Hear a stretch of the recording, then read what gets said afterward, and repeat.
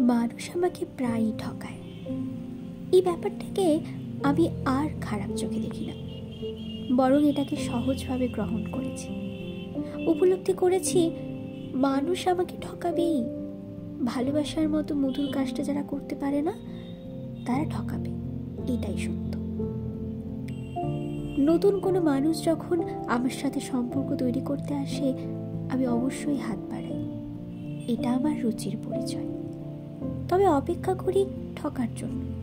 ঠকানোর কাজটা কেউ তাড়াতাড়ি সারে, কেউ হয়তো একটু টাইম নেয়। দীর্ঘদিন কেউ ভালো ব্যবহার করলে, ভালোবাসলে কেমন যেন সন্দেহ হয় আজকাল। তবে আমি মানুষকে বিশ্বাস করি। আমি ভীষণভাবে এটাও বিশ্বাস করি মানুষ আমাকে ঠকাবেই। বিশ্বাসঘাতকের ওপর বিশ্বাস রাখতেই হয় এই কারণে সে আবার ঠকাতে পারে, এই ভেবেই।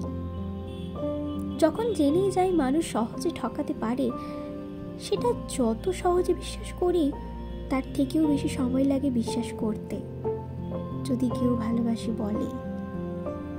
দায়িত্ব নিয়ে ভালোবাসা, বিশ্বাসযোগ্য হয়ে সারা জীবন থাকাটা যে সবার দ্বারা হয় না। বছরের শেষে এসে আর হিসেব করি না কতজন আমার সাথে খারাপ ব্যবহার করলো, কতজন বিশ্বাস ভাঙলো, কতজন ঠকালো।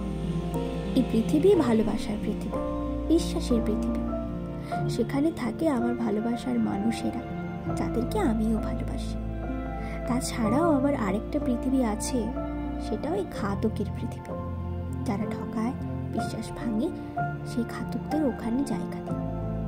আমি নিজে থাকি না।